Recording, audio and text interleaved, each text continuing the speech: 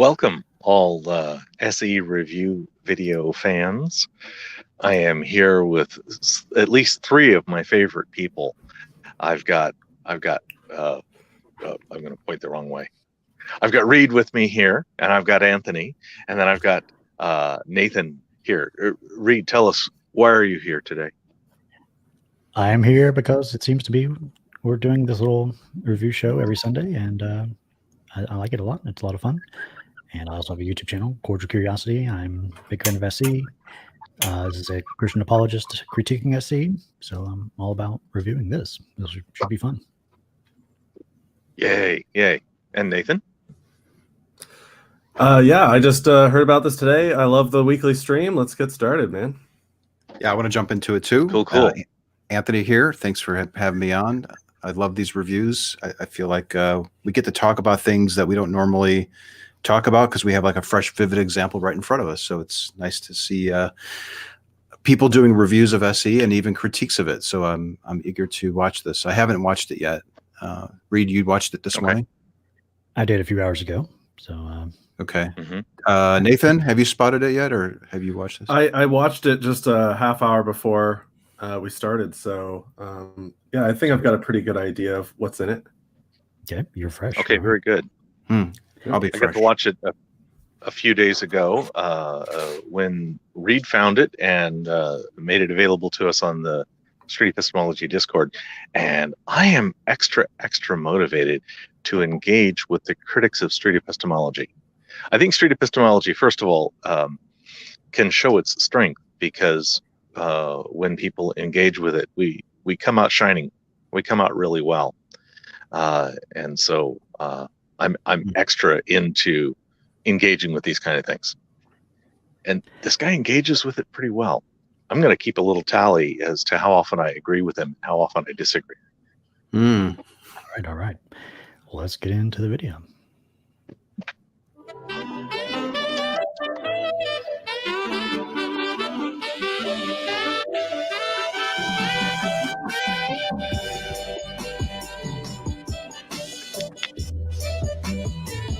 Three, two, one, 3, 2, 1, 3, 2, 1. Cut off.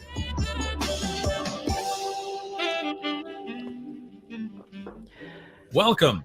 My name is Daniel Ray.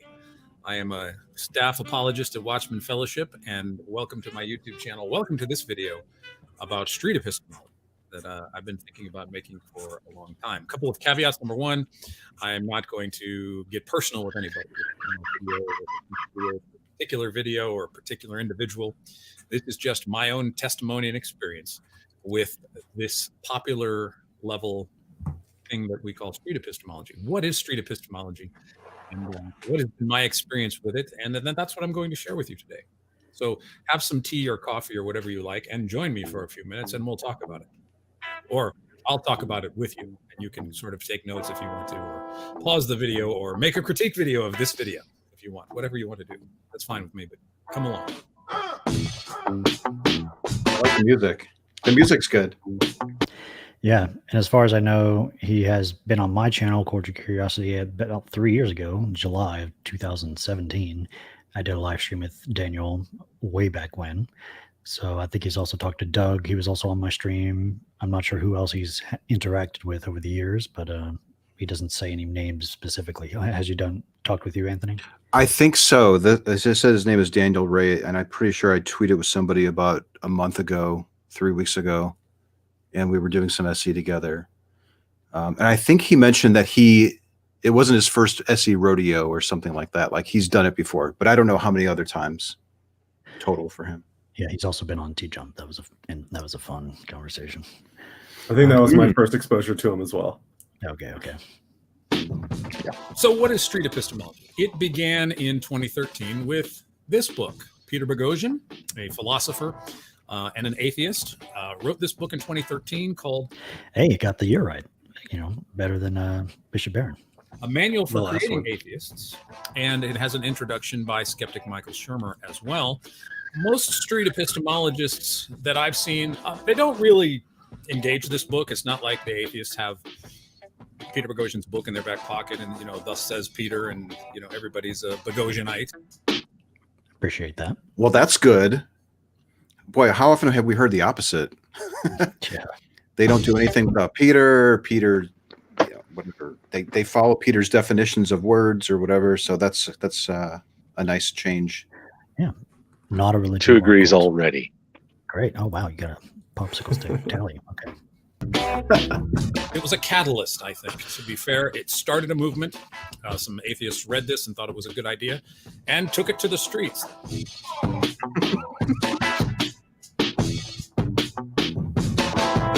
Boghossian's book defines faith 2 ways. Faith is belief without evidence, and faith is believing something that you know is not true. Kind of. It's real. I think it says pretending. This is very specific Boghossian language, and pretending to know something that you don't know that's the more specific definition. But it seems like he went with a more charitable interpretation of Peter's definition of because that's the pretending definition that tends to get the most lightning strikes from the apologetics community, at least. Yeah, pretending is an interesting word there. Yeah, it kind of adds like more of a claim, into like the internal psychology of Christians, like they're deliberately dishonest. So that's probably something else. Did Boghossian start out in his book with saying what his definition was, or did he say go with their definition?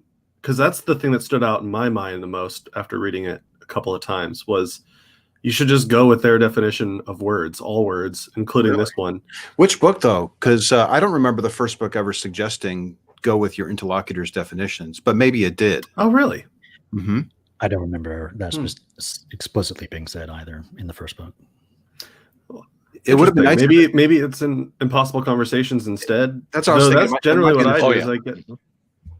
Is get them to explain what they think that word means, and from my memory, and maybe this is just because I prefer to remember it this way, generally people will explain it to be one of those 2 things, is like pretending to know things you don't know or something along those lines, and try to repeat back what you're hearing in these definitions. Mm-hmm.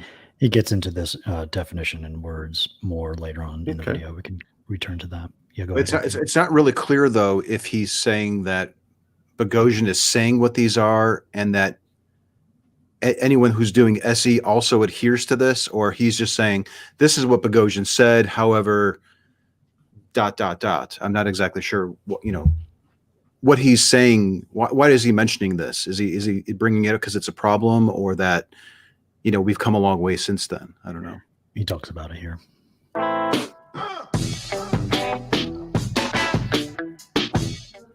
That's Boghossian's definitions of faith in this book. Now, that kind of is still in the realm of minds of a lot of people who are practitioners of street epistemology. They think faith is something like that. It's believing without evidence. And that is simply not true. So I'll give you a little rundown, basically, of what faith is and why that book and that idea of faith is erroneous. Well, number one, faith is a step of action. Faith is a step of action. That's one way you can use the word. Okay. Well, it's also he's giving a prescription for what the word faith means. So what are we supposed to do when we encounter somebody who has a different definition of the word faith, whether they're a Christian or a Muslim or a Hindu? Should we say, hold on a second, it's my understanding from a video that Daniel Reid did is that faith is a step of action or something like that. Yeah. This is the official, Christian theologian, official definition and usage we should use. It's just the true definition. That'll so crash and burn. Yeah. Immediately. It is belief in action. You want to say something, Anthony? Well, I think it's really important to pay attention to people's definitions of this word. Of course, it's really important. And then ask yourself, what's happening first? Because when I encounter somebody and they mention faith, it's often in the context of, this is the thing that I need in order to be convinced that the evidence that I have is good enough to believe it.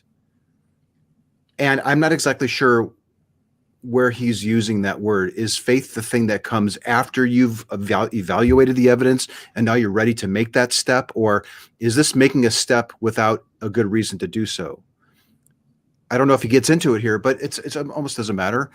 When you're having conversations with people and they bring up this word, pay attention to see, is it the thing that they use to get to the conclusion, or is it maybe something that they get after they've concluded that the belief is true?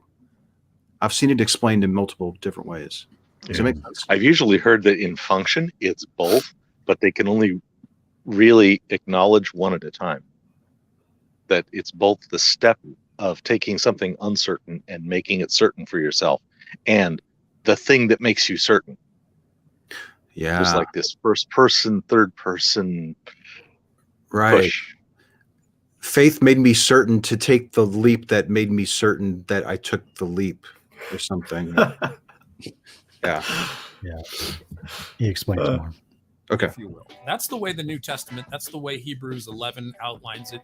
Faith is an active belief, right? So it's not a lack of evidence. We have a ton of evidence all around us. We have the cosmos, we have the revelation of Scripture, we have New Testament manuscripts that are independent and early historical gold. And what do I mean by independent? 4 separate authors. Yes, there's overlap in those texts, but that doesn't render their independence erroneous. What it means is that somebody named Matthew wrote this, somebody named Mark, Matthew, Mark, Luke, and John.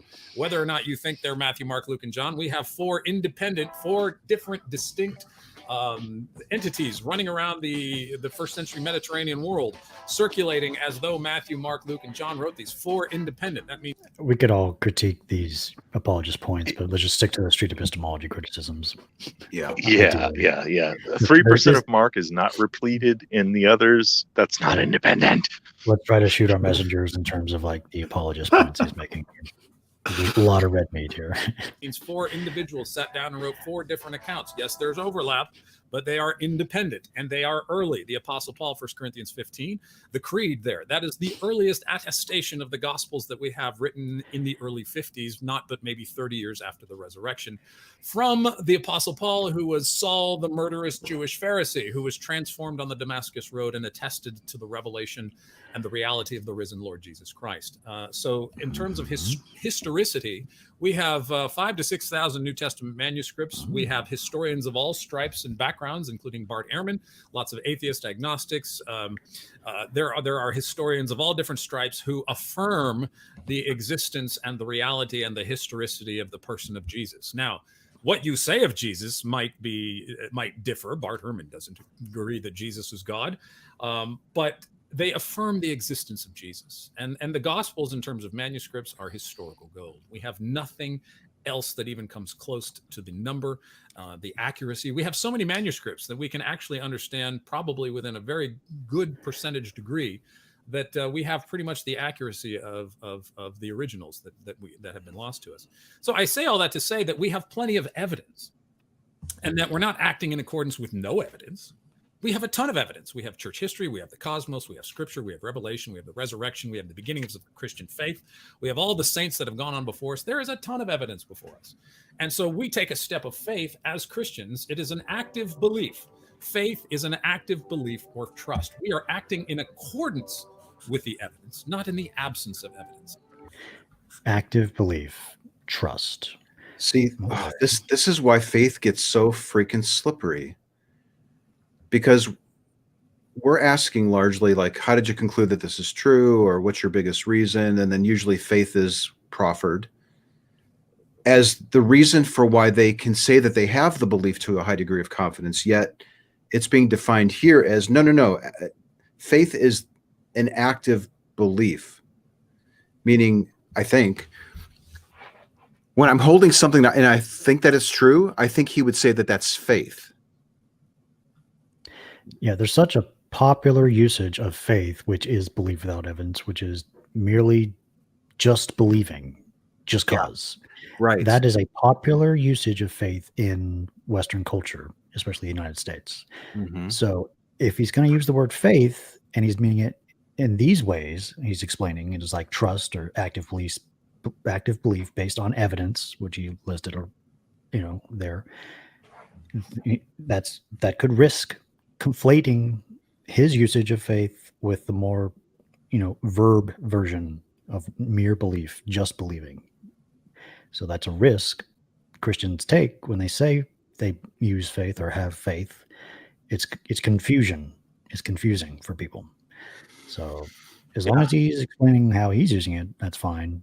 In SE, we try to define that word, especially when that word comes up. We definitely define that, and then go off that definition. So, yeah. Yeah, if I encountered an interlocutor who said that they had evidence, and then when they look at all their evidence, then that's the active belief that I hold because I have all this evidence, then I wouldn't get hung up on the word faith. I would just then start investigating the quality of the evidence that you have that's leading you to this active belief that you're calling faith. Yeah, Doug says, according to Christians like Daniel, there is indeed a correct definition of faith. So the other popular usage is wrong. So he should be on our side and, making that whole idea not a good idea, not a good thing to do for anybody, for any belief. So help us with that project, Daniel.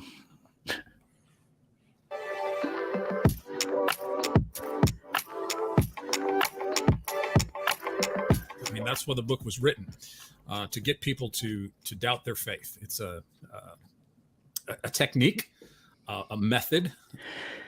Doubt their faith. Doubt their faith, as in the noun, as in the set of beliefs. Yeah. The ideas. So there's the other usage of it, right? So it's a methodology. It can be a reason. It could be an active belief, or it could be the noun of I am of the Christian faith. And there's probably other definitions of it too. So if you go with that noun version instead of like Boghossian's real, critique of faith, which is the verb version, the way of knowing, the epistemology version, both Daniel, I guess, and Peter Boghossian want people to doubt that version of faith, that verb version, the way of knowing, the epistemology version. So if that's what Peter means by doubting faith as doubting the verb version, that's a good thing.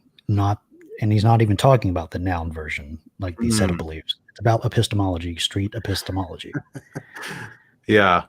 Although I have to say, I would think that Peter is probably saying, listen, if you apply this technique, you're going to probably start doubting your noun faith. You're going to start doubting that religion that you have. But it is kind of funny, because you should question or doubt faith as an epistemology. Like that is a healthy activity because of the way people define it and how it could be leading people to erroneous conclusions. Yeah, it's doubt faith first, and then you could doubt your faith. Not confusing at all. All right. Anything to say, Nathan, so far? No, I think you guys covered that one. Okay, keep going. It's really the Socratic method, if you will, which is a very ancient method. Socrates, in Plato's dialogues, is always asking questions to get people to examine their faith. And so there's nothing wrong with that, I don't think. I think if there's something good about street epistemology, is that it gets people to think about why they believe what they believe. And that's great. I think that's fantastic. Thank you. But Boghossian's book was pretty much, here's how you can use the Socratic method to get theists to question and doubt their belief. Of course, the title of the book. Mainly the epistemology of faith, not necessarily the noun. A manual for creating atheists. Boghossian's desire was to make atheists out of people.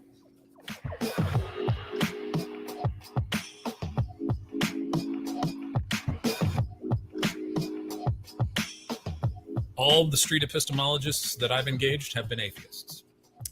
Not all atheists use street epistemology, but all street epistemologists that have approached me on Twitter, or I've been on a couple of their YouTube channels, have been atheists and seem to have had the goal in mind of getting me to question or doubt my faith. The verb, mainly. And no, see, I think he's using it as a noun there. That's what he meant. He used the noun, but really street epistemology's main thing with faith is questioning it as an epistemology, because that's how Boghossian defined it. However, I think questioning the epistemology and if it's reliable or not can lead to you doubting the noun faith. Yes. They go hand in hand. Does it work in reverse? Yeah, but It's not about the noun, though, the beliefs. It's about the verb. We want to have reliable ways Yeah. of knowing. And if we come to find out that faith, if we use that for believing in this, religious beliefs, then that would cause us to doubt the noun, the set of beliefs, the faith. He is mentioning something here that the only people that he's run into using SE to date have been atheists. And I think I'd be surprised if he encountered somebody who wasn't an atheist who was using SE. I'm optimistic that they're out there. I've run into a couple of them. Shout out to Luke. Shout out to Luke. Okay. Yeah. Luke is one of the people I work with on the Street Epistemology Discord. He is a hard cast Catholic and is good at SE. Excellent. Yeah. Yes, he's an exception, but it's example that you can do SE while having faith. Definitely. And be on the lookout for a video from Anthony soon.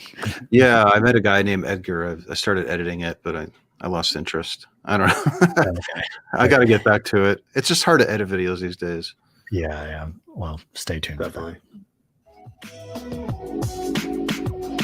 In the introduction of A Manual for Creating Atheists, written by Michael Shermer suggests that the Manual for Creating Atheists was a good companion to Richard Dawkins' The God Delusion. In fact, Shermer says that these two should be paired as a software manual for atheists for getting people to doubt their faith and instead embrace reason and science. And so that's in the introduction. And that's the basic, the foundation for where street epistemology, how it began. I would agree with that pairing. That sounds good. Pretty damn good. It was a good pairing for me. Like I read Dawkins's book, and then I stumbled across Peter's stuff. And I was talking with somebody recently. Do you remember how Dawkins did that speech in front of the Reason rally? Oh, yeah. Yeah, nice. Where Dawkins, I think, was sort of talking about ridiculing the person, or maybe even what was saying the belief, like you ridicule the belief. But with Boghossian stuff, he's like, listen, don't ridicule the person or the belief. That's going to result in the backfire effect. Try this other way.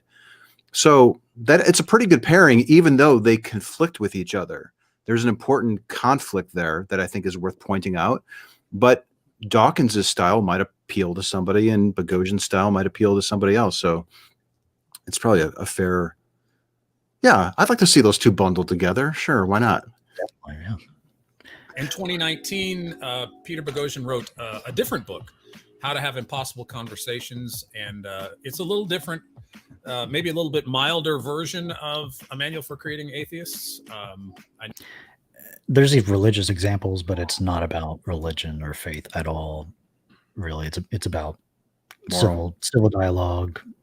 How to have impossible conversations. It's really about that. I know a lot of atheists who are street epistemologists.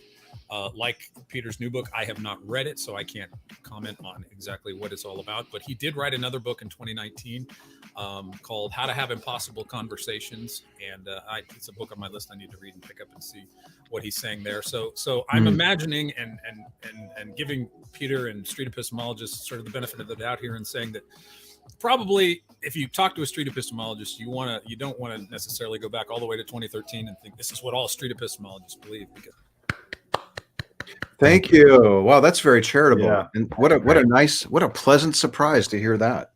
Love that. Yeah. I think a lot of them have moved past that, and even Boghossian himself may have changed and adjusted his model a little bit. Nice. I think he'd enjoy the second book more than the first. Yeah. So what is epistemology? Epistemology is the theory of knowledge. That's pretty much what it is. How do we know what we know?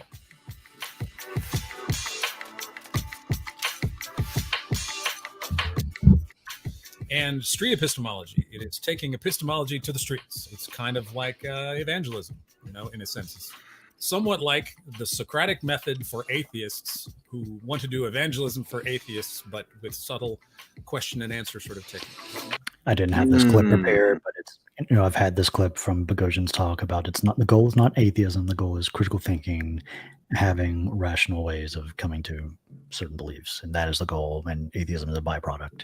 Yeah. So That's the main goal. Yeah, I don't think we would have switched from talking about theistic claims to other topics if it could only be used to explore religious claims. Now, it's very, very good for that.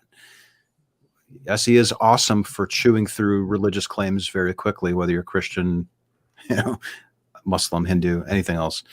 But yeah, of course, you can use it for other things. Yeah. And it has to. I really hope that it does start getting more and more use for other things to demonstrate that. I think it's really important for SE to evolve past just religious views and religious ideas, because with every additional example, it's just going to illustrate more and more that it's a dialectic. And just like in the beginning, this isn't a cult or like some groupthink, and you can believe in all sorts of different things and still practice street epistemology. And I think that's the direction SE needs to go.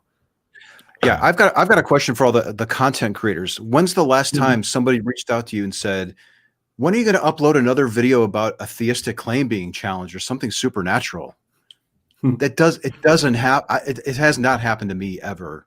People want regular world examples about mask usage, vaccines, the environment, veganism, and we've shifted, but we've made that shift years ago. But I think this legacy of where SE originated from will likely be there for a very, very long time, no matter how many new books come from it. Sure. We'll always have that history. If this book, A Manual for Creating Atheists, spawned a whole generation of street epistemologists and everyone became atheists, that would not be the end of the goal of street epistemology, which is having everyone have good epistemologies. Right. That's really the goal. It's not about creating atheists. So to see it proposed as like we're evangelizing for atheism, I don't think, honestly, there might be some people who will do that. They will only go out just to meet with people who hold a religious view and talk with them. And honestly, like given the choice, that would be the topic that I'd want to talk with people about, to be quite honest. But it's not, of course, you can talk about other types of claims for sure. Let's keep going. It is always kind of scripted. There are key things and phrases that someone practicing street epistemology will use. They're not going to tell you, hey, I'm a street epistemologist. I have a series of questions that I'm going to ask you in hopes of getting you to doubt your faith. Is that true? I've heard Doug say that many times. Pine Creek would. Pine Creek usually does. I don't usually come out and say that because I don't know that would be the outcome of it. I try to give people a heads up that this could happen. I'd like to ask you several questions to gently challenge how you arrived at your deeply held belief. Sometimes it will result in an increase, decrease, no change in your confidence. But see, I don't even like mentioning that because I don't want to prime them to move. So I want to give people a heads up what they're getting themselves into, but I also don't want to over explain. So I understand how this, that's actually completely different from the scripted part of it, because there are a series of questions that we do tend to ask that you might notice if you watch 5 SE videos, you may notice some trends there. So I could see how it could look kind of scripted, but yeah, there is a general format to the Socratic method in general, and then with SE, there is like a kind of a script going, but we don't want specific questions when we hear a specific answer. We want to be able to listen and go where they go. It's not like he brings up this cattle prod analogy later on, but we don't want to lead people in a certain way necessarily. We want to lead them in a way to help them critically think about something, but not get to whatever we believe, because that's not the goal. Yeah, if it wasn't scripted, it would just be like, what's the opposite of scripted? Just going where they're going, right? Or following what they're saying and repeating what they're saying. Is that scripted? If that's scripted, then I mean, some of my questions I ask every interview, like, if you found out this wasn't true, how would that affect your life? Or some things like that. And that's just like getting consent from them to probe the idea.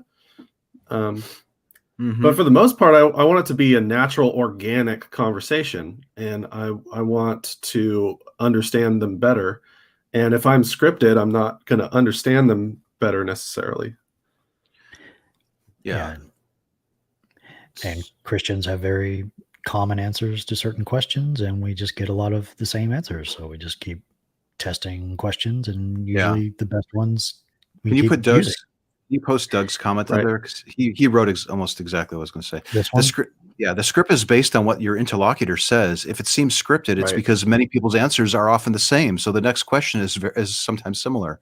I threw in some wiggle words there, but so yeah, I think Right. when you watch 5 videos on somebody who thinks that a God is real, any God, by the way, you're going to probably notice some similarities because we are trying.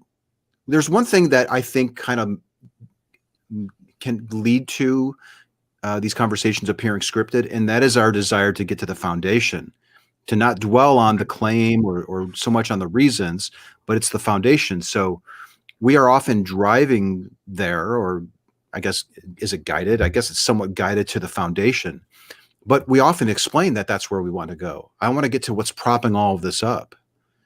So, Yeah. Yeah. Let's keep going. framing. It starts off as a friendly conversation, whether it's somebody in a park wanting to ask you a few questions. They might have a clipboard and a camera, or somebody on social media or Facebook or Twitter or Discord, somebody wanting to ask you questions about your faith and why you believe what you believe. So there's nothing wrong with that. And I will say that every one of my exchanges with someone who's using street epistemology has begun cordially. I will say, yes, that is the introduction into it. Your interlocutor, the IL, as they like to say, is very kind and very pleasant and very civil, and wants to have a kind and pleasant and civil dialogue about what you believe. And so it's good. It's civil. It's engaging. People are willing to talk about important topics. You know, these are big questions: philosophy of life and the philosophy of how we know things, and a God. You know, these are big questions. And so that someone would be willing to talk to total strangers about this, that's pretty cool. That's a kudos to those atheists that are out there on the streets, willing to engage people about difficult questions. I think. Great. Thank you. Appreciate it. Thank you. Yes. You know, this is what Christians have been known for. We go out and evangelize, and so you know they bring back the idea of the importance of dialogue. You know, it goes all the way back to Plato and Socrates, and the importance of dialogue, asking each other All about it. questions to get to know what we all believe and why we believe them. So I will say, you know, street epistemology is good for that. It gets you to think seriously about why you believe what you believe. And I honestly think there are some practitioners of street epistemology, though they be Maybe not with your conversations, Doug. atheists, that would be happy to hear that. Or at least our stream with him. It was What are you still tracking? Dali, what are you tracking there again? agreements and disagreements. Okay. Agreements and disagreements. Yes. And it's heavy on the agreement side. It's very heavy on the agreement side. Questions led you to think more deeply about your faith. And if you were to come back to them and say, you know, thanks for the questions, I now have better reasons to believe than I did before I talked to you. I think there's some street epistemologists that would go, great. Yeah, for sure. And but there's some that wouldn't. There would be some that would be like, Who? I failed. Where did I go wrong? Well, let's dwell on that a little bit. Like, Yeah. Okay. every SEer is their own individual person with their own individual goals. And I can see people, and I've done it, have a conversation with the sole purpose of seeing if you can impart some doubt on the claims that person's making. But it's not something that everyone does. But if you start off with that as a goal and you don't achieve it, then I could see where you'd be like, darn, like you didn't really seem to be all that impacted by that conversation. So it can go kind of both ways, but it's up to the practitioners to set those goals, you know? Yeah, with Impossible Conversations in the first bit of the book, it's goals is like the very first thing. And like one of the goals of A Manual for Creating Atheists, he uses the term intervention a lot. So he does want to create doubt, and not only the verb, but the noun of the set of beliefs, of religious beliefs. Yeah. So that's fair. You know, for anyone like is on the receiving end of an SE conversation, you are well within your rights to ask your SEer. If someone asks you a confidence scale or whatever, like you're tipped off that they're doing some SE, ask them what their goal is. Mm-hmm. Sure. Do you mind if I ask you what your objective is with this conversation? Are you hoping to see a dip in my confidence that this is true, or are you striving for clarity? Take me through it. Can you help me understand what your goal is here? Nothing wrong with that. Mm-hmm. Yeah.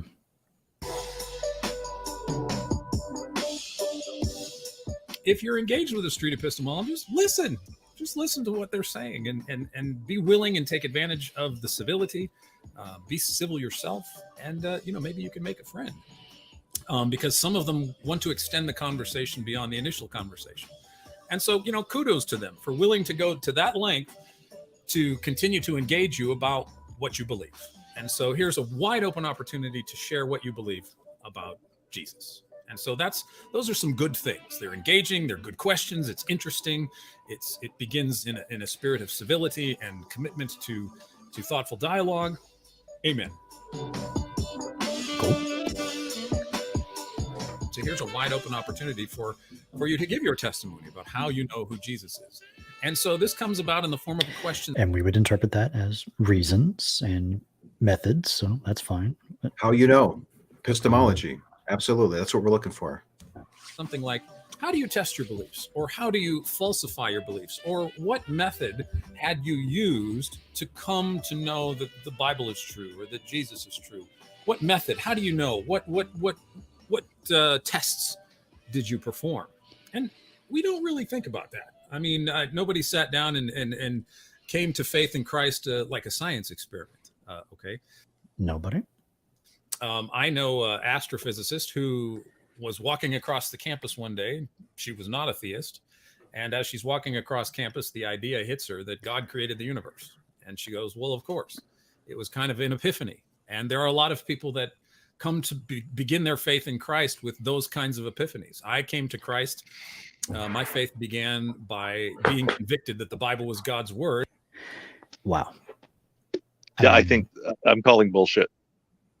It just There's a dawned on me. disagree. Astrophysicist goes, "Oh, of course, God made it all." La la la la la. Huh? No, that didn't happen. Where's my question for him? Would you be satisfied with that answer? Is that a good enough answer for you to find her reason compelling? Or would you be scratching your head on that one and wondering, like, would there be a more better or obvious answer to this question than just discerning that it's the case? Yeah. What in the history of humanity have people had an epiphany about that turned out to be completely wrong and false? How does epiphanies relate to even close to like a reliable way of coming to believe anything? I'm very confused. Yeah, before this idea dawned on you, what was your confidence level? And after it dawned on you, how much did it go up? And should an idea like that just dawning on you bump you up in that amount of confidence for something else? Would be like the SE line of dialogue. And if someone else had an epiphany right next to you that God had nothing to do with this universe being created, how could an outsider tell which one was actually accurate in their beliefs? This is the point of the outsider test. Why is he mentioning this here, though? Like, what's the point of him mentioning this story? I'm not sure I follow. He's talking about epistemology, and I think this is. I think he's smuggling in that God can be a reasonable conclusion to epistemology by giving an example for which he gives no supporting detail. Yeah. No scientist would respect an astrophysicist having an epiphany about a theory. Like, okay, test your theory, give some predictions, and we'll see how good of a hypothesis this is. I wonder if he's saying epiphanies can lead to hypotheses. Sure. But that's as far as it goes. But to go from hypothesis to I'm now settling on this as the explanation. But why is he even mentioning this? Is he mentioning this because this smart, intelligent person decided to do it, and therefore I'm justified in doing the same thing? He's using it as an analogy to his Christian belief. If an astrophysicist can have an epiphany about the origin of the universe, and I don't know how far he goes with this, but like, therefore they're justified to believe a God had something to do with the creation of the universe because they're an astrophysicist. I don't know. I really don't understand the analogy, really. Let's just see what he says more about it. I forgot. Without even reading a page of it. How did I know the Bible was God's word? I don't know. How did I know Jesus was a real person? I don't know. That's where my conviction started. And that's what started me. Like the Peter Boghossian book started the street epistemology. Well, God coming to me in the person of his son, revealing himself to me through the Spirit, convicting me that the Bible was his word before I'd even read it, revealing to me that Jesus was true. That's how it began. And then that launched a 27-year investigation into the reality of the Christian faith. Okay. It launched an investigation. That's fine. Investigation is good. And investigation to entail testing, which I think he gets into. So, yeah.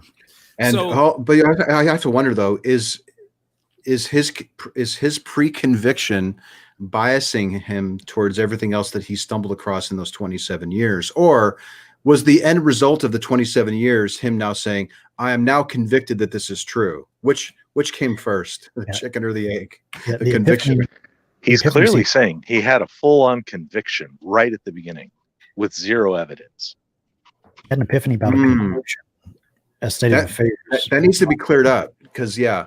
See, I was getting the sense that he was saying, I became convicted in my search to see if this is true. But he could very well be saying, I became convicted that it's true, and then I set out to demonstrate that it was to myself. Yeah, that's a recipe for confirmation bias. If you come to an epiphany about a conclusion and then go into an investigation to confirm your own conclusion. And actually, think about it. Let's say you studied something for 27 years. Would you want to say that I'm convicted in it? That sense, I did a whole video with this guy named Gabriel on this, but it kind of gives me the impression that you're closed-minded on it and that you're not open to it. If you're convicted, you're so sure that it's true that you're locked into it. So like conviction is nothing to brag about, whether you do it on the front end or the back end, from my perspective. Yeah. Yep. A 27-year investigation into the reality of the Christian faith. So when a street epistemologist has asked me how I test my faith, I give them my personal testimony and I tell them what I've done over the last 27 years that has given me the confidence that Jesus is the Christ and the Son of the living God. And so here's what's interesting when that comes up.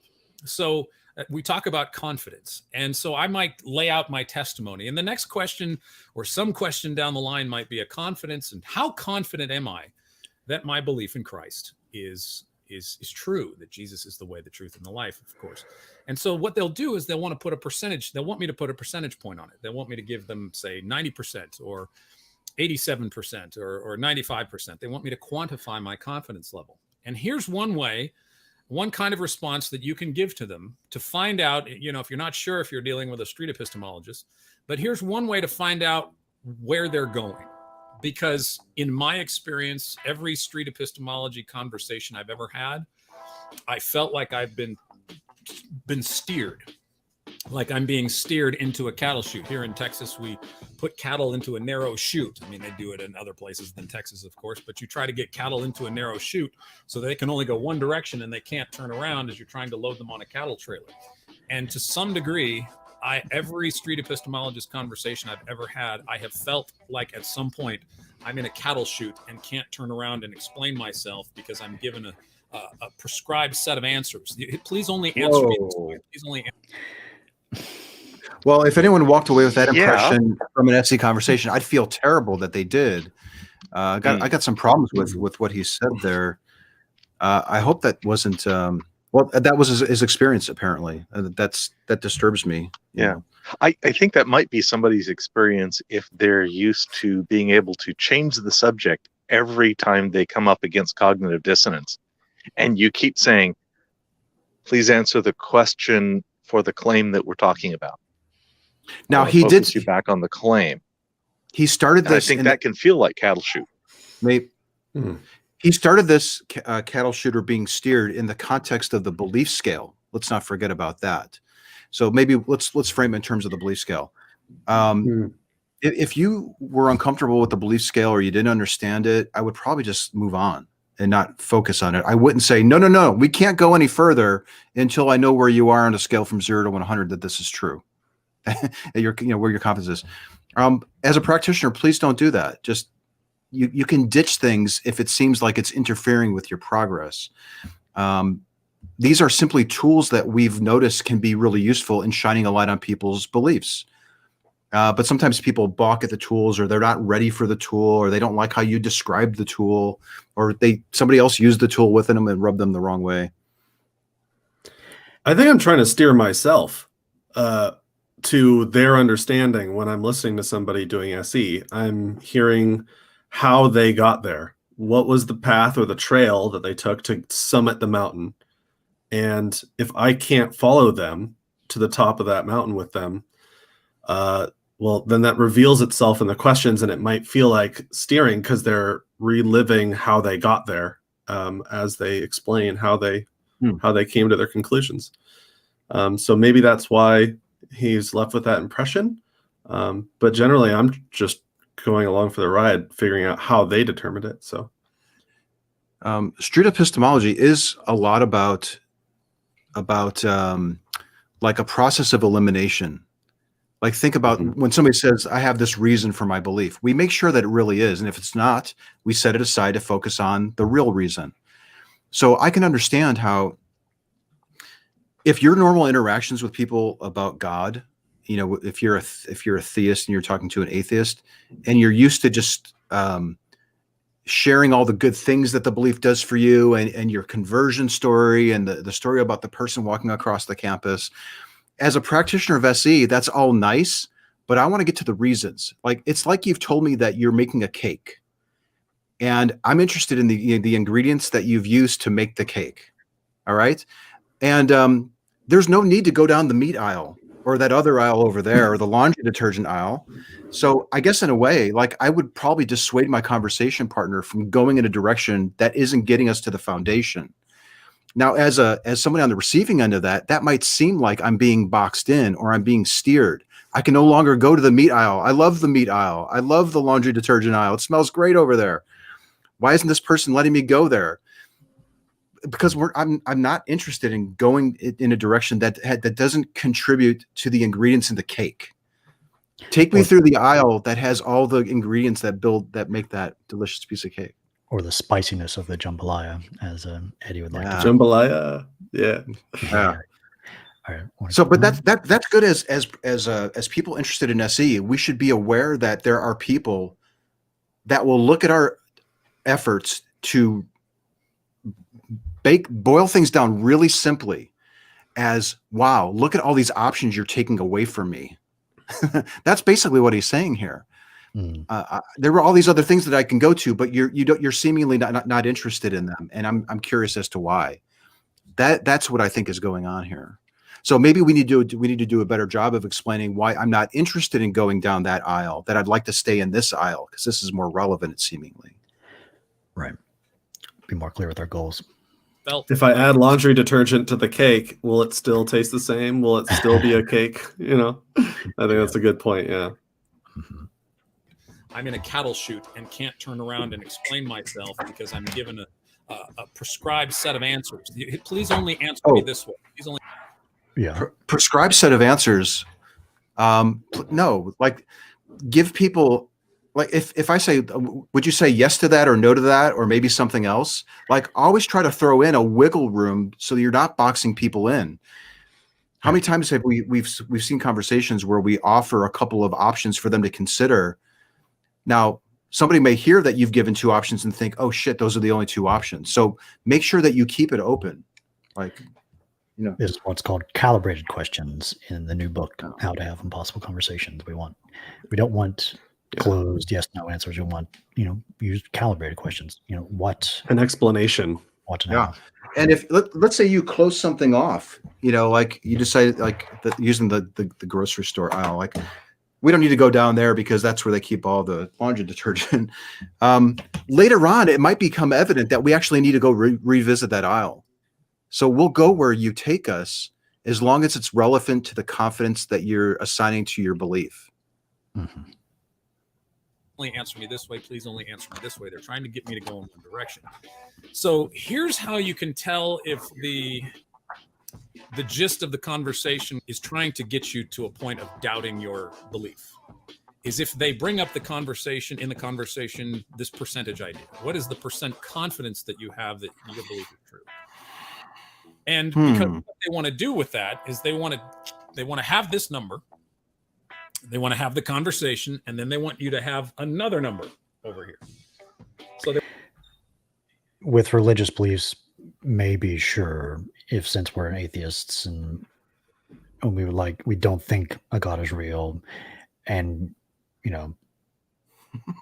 maybe if that's kind of charitably true, but ideally the first goal is making sure whatever confidence you are, it's revisable. It's you can move even up. What would make you move up as well? Ideally no one should be stuck on anything. If my goal in this conversation was to see how often I could get somebody to shift their belief, would that be an okay goal? Would I need to have a more nuanced goal before it might be legit? In my head, I've always thought. I think so. Go ahead. You think so? Yeah, because just imparting doubt for the sole purpose of imparting doubt can be kind of reckless. Like, you could be pulling people away from a belief that's really true, right? So it's not just like to crush people's doubt on every claim that they make, because people may be making factual claims about reality. So the idea here is to really explore the quality of the reasons and the reliability of the method to see if your confidence level is justified.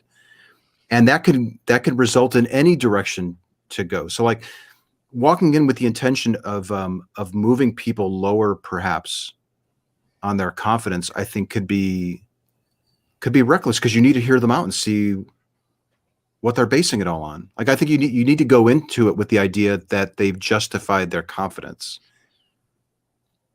Yeah, I like to see evidence that they have calibrated their confidence. Go ahead, Nathan. I always like to think of it as narrowing the gap of the dispute. So it isn't so much that my goal is that they lower their confidence. I want to understand, if I want to realize that I didn't understand what they were saying before, and maybe they have some nuanced way of saying what they're saying. Maybe they have a different definition of God or something like that. And if they do, then I have a new understanding of what they're saying. And hopefully, if I'm at a 0 and they're at a 90, that difference is smaller by the end of the discussion, which isn't necessarily the same as imparting doubt for that particular thing. I guess I'm thinking about like all topics, not just God claims, but to me, it's about resolving disputes. Since he's showing 100% on this frame, it can only lower. So I'm sort of stuck that if my motivation is to see evidence that they have calibrated their doubt, it could only be to lower their doubt. I'm just as happy if they raise their doubt, or whichever, they raise their confidence. Either way, to me, is just as good. If they've adjusted it, I don't care which direction they've adjusted it. I'm only interested that they have considered it. The wise man proportioned his confidence to the evidence, and we're going through the evidence, the reasons, the epistemology, and if there's an adjustment in confidence, according to where the evidence points, that's a good thing. Right. Yeah, like if you look at the quality of your evidence and you realize that you can't justify your current level of confidence to your own satisfaction, to your own standard, then I think that's a valuable lesson. That's a valuable experience to discover. So like he said earlier, you can go find better reasons for it, or you can adjust your confidence. Like there's nothing inherently bad about lowering your confidence. Like shouldn't we all be trying to adjust our confidence to the quality of the evidence that we think that we have? Yeah. I think that's what we should all be trying to do. So like fluctuations in confidence is a good thing, up or down. Yeah. If we were talking about the efficacy of vaccines, or like, should you take the coronavirus vaccine, and someone's like a 1% confident that they should, we would want to, I would have the goal of intervening about this person's Yeah. belief and trying to raise their confidence about taking the vaccine. However, there are some beliefs, though, like God beliefs, that it's taboo to question them. It's taboo to doubt, and that it's tied with morality. And now I'm less of a good person if I start to think that this isn't true and all this other stuff. Yeah. All right. Want to keep going? Let me just say one more thing. Clarity can bring clarity in your views, which is what we're trying to do with SC by asking these questions, which could be looked at like steering you or boxing you in. When you have better clarity into the quality of your reasons and the reliability of your method, it's going to probably result in you adjusting your confidence. But I think that that's a good thing. You know, I can't hammer on that enough. Right. They want you to go from a 90 to an 80. And that's their goal, is the reduction of the level of confidence in your belief in God. We want you to come to the realization on your own about your own epistemology. And if that results in a confidence change, good. We want the person to realize the quality of their epistemology. And if their confidence is connected to that epistemology and they discover it's not a good epistemology and they doubt, that's good. But we could ask, like, just look at this in a different way, Daniel, or anyone else that might be taking his position. Let's say that you used SE with somebody who believed in a completely different God, a Hindu God or Allah or whatever. And if you realize that you can ask them some questions to help them realize that they don't have good reasons for thinking that that's true, so that they can go find better reasons or consider lowering their confidence in it, wouldn't you say that that's useful? I would imagine that he would say that it is, but it's an issue here because it's an issue, I think, for this gentleman, if it's used for people who also share his same God belief. Yep. If we exclusively use this on Mormons or Hindus and Right. Muslims, would that be such a big deal? Probably. Exactly. Yeah. And so if they lead with that confidence number, you can pretty much say you've just looked down the narrow way of their cattle chute, and they're guiding in you and directing you to a lower percentage of your belief in Jesus. They're only trying to cause doubt. Just tell them you are confident. And at the end, you might say, my confidence in God hasn't changed, even though I could not answer all of your questions. I can get back to you with whatever you're talking about, whatever question you couldn't answer. These are some deferment. Yeah, Dali. Well, immediately he is saying, before you've even considered their arguments, before you've had the conversation, here's the conclusion. Mm-hmm. So this is, turn your mind off. Here's the answer at the end. And so he got a disagree right there. That was a disagree. Don't close your mind before we have the conversation. That's not fair. Techniques. In other words, some street epistemologists, and I say some, don't like answering your questions. These are things that I've actually heard and seen and read in conversations that I've had with street epistemologists.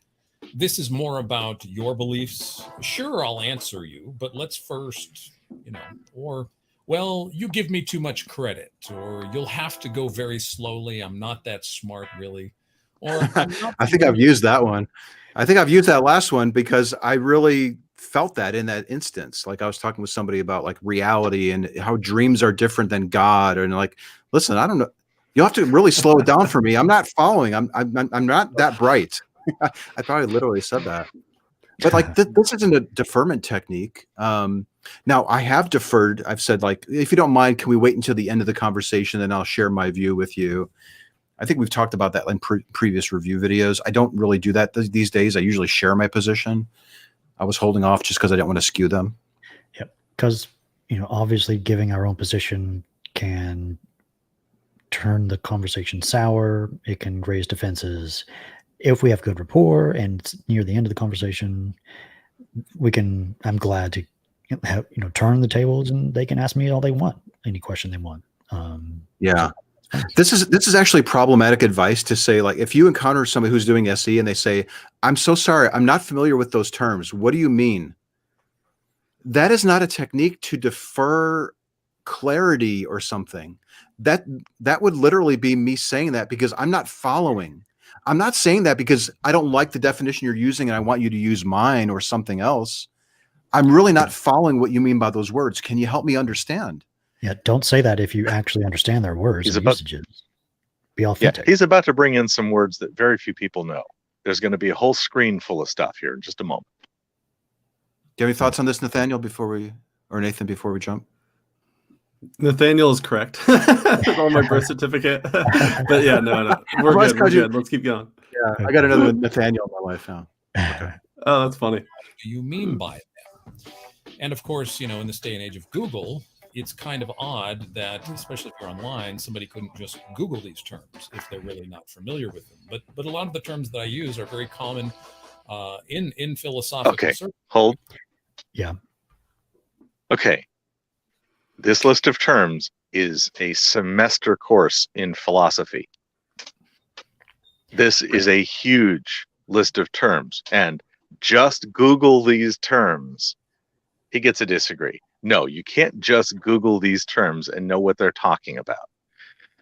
And I assume he means in the context of like text, social media, SE conversations, not like, can Still, I hang on, like pause, I need to Google this, what you just said, not in a real life conversation. Right. Even given that, you're not going to be able to Google this without getting some education as to what these things even are. And realism right there in the middle has so many different meanings. Oh boy. Yeah. Oh crap.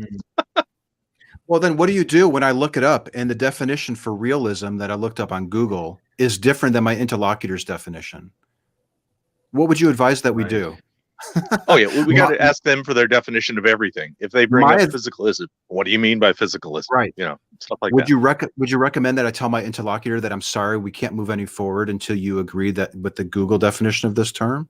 He might be advocating for that, but that doesn't help this person that we're speaking with look at their views and their level of confidence and the quality of their reasons and the reliability of their methods. So, like, listen, if you're a practitioner and you discover a term like anything that's up here on the screen that you don't understand, like I've literally admitted on like AXP that I don't even know what metaphysical naturalism is. Like that was a pretty risky thing to say on a show where you kind of need to know your shit. But if you don't know it, don't make it up. And my advice is to go with your conversation partner, what they say on these words. But to demonize asking for clarification on words as like pointing it out as a tactic or something, that's really worrisome because we do that a lot, and we're really advising practitioners of this method to do that. You need to understand how the people that you're speaking with are using the words that they're using. Yeah. Claim completely speaking to the audience, if you're familiar with all of these terms, get a hold of me. I have things to learn from you. I don't think I've run into many people on the street or on a trail that use these words. And if I think I ran into him maybe on Twitter and he was using some of these words and I was asking for clarification on them. And if I remember, he was coming back at me saying, well, you know what these words mean. Come on. You've been doing this for like 7-8 years. You know, don't toy with me. And I really didn't know what they meant. And of course I didn't know what he meant by them. But to draw fire for having asked for clarity on the words that you're using, we got to, of course you're going to have an issue with SE if that's the thing that you're pointing to. Yeah. Like idealism. Oh, that one's special because isn't idealism what an idealist does? No, exactly not. Ideally. Okay, let's keep going. You have very basic philosophical discussions. The terms that you use about existence and ontology and things can be easily Googled. And so if your interlocutor is going down these lines of what I call deferment techniques, you kind of know that they want to stay, they don't want to answer the questions. Now, not all of them will do this. I'm not saying all street epistemologists do this, but these are some of the ways in which they try to keep the spotlight off of them and entirely on you.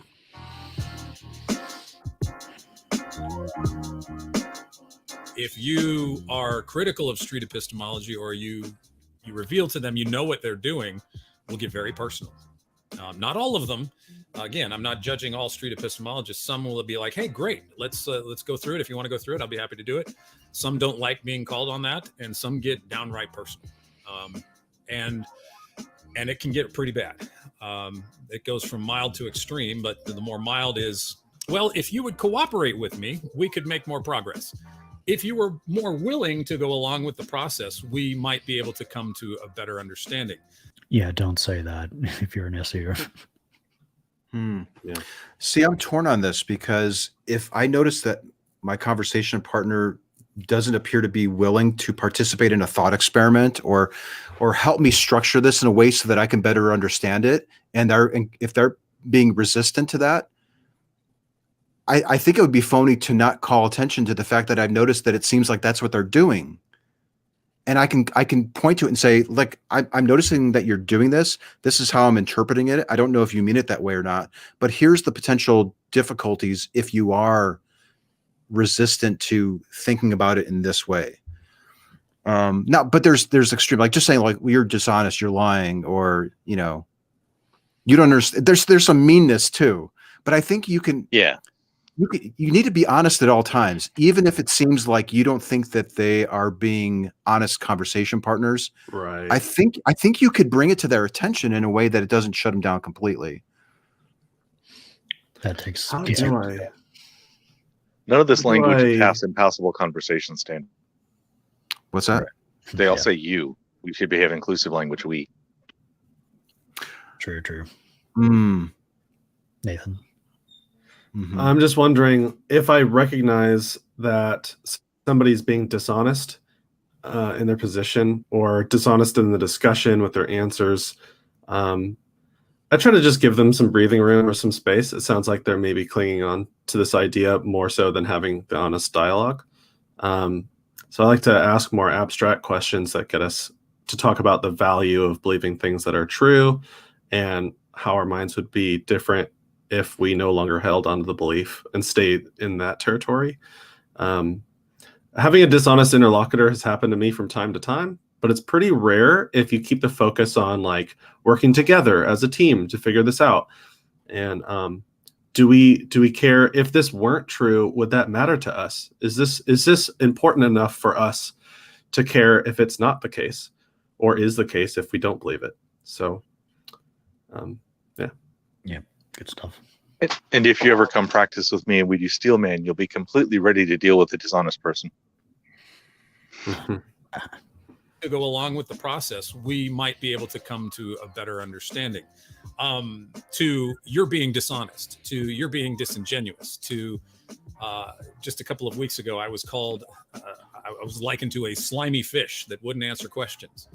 And so they can get pretty personal pretty quickly. The most extreme case that I have ever encountered is that I'm pretty candid with depression. I've had depression all my life, but I haven't had a serious suicidal thought in over 20 years. But yet, one particular street epistemologist, when I was being candid about this in a conversation, at the end of the conversation said that the only reason that I don't want people to challenge my faith, because if I actually had to challenge my faith, I might realize that it's not true. And I don't want it to realize it's not true, and I would become desperate and I might kill myself. That's an extreme reaction from a street epistemologist, but it is true and it happened. And at that point, though, even some skeptics who had seen that exchange said, whoa, man, hold on. Maybe it's time. Maybe you don't push that kind of conversation. But people that go to that degree to get that personal, you can just stop. Oh, I don't know that example. What is he talking about? that may have been at the tail end of my conversation with him on Twitter, where there were other people maybe following along and adding to it. I don't think that I used those words. I don't think I would have ever used those words. But on Twitter, there's all sorts of people let everything fly. Would this have happened if this was in a video chat or if we were in person? No. Like, it happened because it was online and largely anonymous, is my sense. But look at the fallout of it. Look at somebody here took the time to make a video saying that they noticed this by people who expressed an interest in SE. Let's just put it at that. They may have been practitioners, they may have not been, or just casual observers. But yeah, I mean, one bad experience or a couple of bad experiences could really reflect poorly on the whole method. I don't know if there's ever what the workaround is for that, other than just to acknowledge that people are people. They have varying degrees of interest and a commitment to the method, I suppose. And when they do notice somebody that seems like they're being dishonest, it can be really hard to not call people on it in a really blunt way.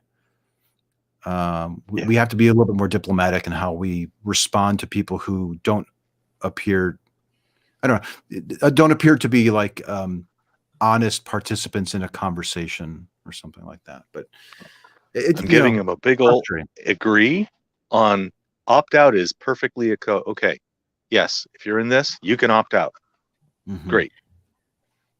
Yeah, that last example you said about someone accusing him of merely believing because of his depression or whatever, that would be applicable on a lot of points in the stuff not to do and how to have impossible conversations. So read the book, Daniel. I think you'll like that one. That's a really good one. Let's keep going. Here are the street epistemology test questions that I've heard and that you will hear eventually in the street epistemologist conversation. How have you tested your beliefs? How can we falsify your beliefs? Or how do you know your beliefs are true? And, and there's nothing wrong with these questions per se. But again, in the whole context of street epistemology, especially if they are desirous of, getting you to doubt, it's important that you listen for these things and really kind of unpack them. So here's how we can do that. It's true. The testability questions do get a lot of cognitive dissonance sometimes. So I guess that's accurate that these types of questions are the most, I just had like a minor nitpick on the previous on the previous screen. We don't test beliefs really or falsify beliefs. It's not the beliefs, it's the reasons. It's the justifications that we're testing. The justifications that you're using to say that you're holding a view that's true. Just a little minor thing. But yeah, testing is a really big part of it. We usually come down to some sort of like, well, how did you determine that that's really the case? Yeah, testing itself kind of relates to the epistemology. And I think we do both. I think we do test claims using epistemologies. Like science is a way of testing claims. And I think it's both. And we can test various ways of testing beliefs. We kind of go meta testing. So yeah, I think so. Hack them. So here's how we can do that.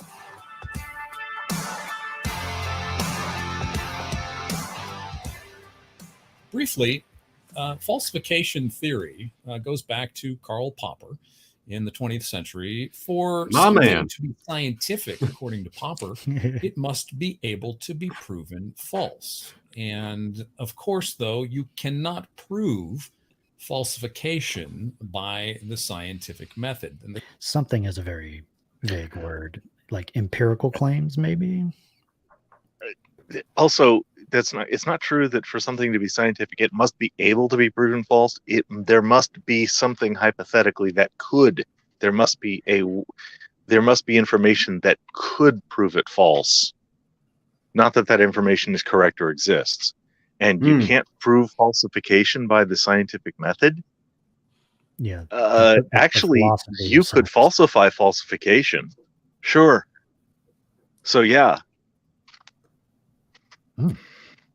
Yeah, is a test that cannot identify a failure a valid test?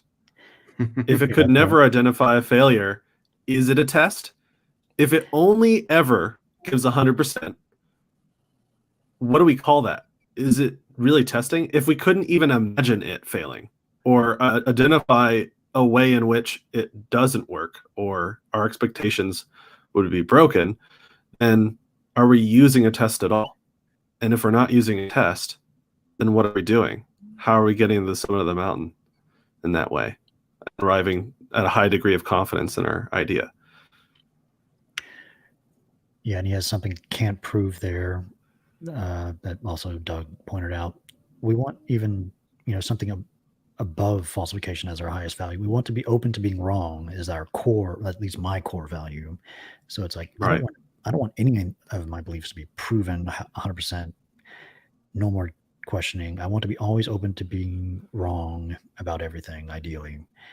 And like, so no final say about anything. No one, not myself, not anybody. No one gets final say. No one gets in also personal authority. That's also another rule, at least that I like from kind of the Inquisitors about liberal science. That's my ideal, broad epistemology, not proper falsification theory.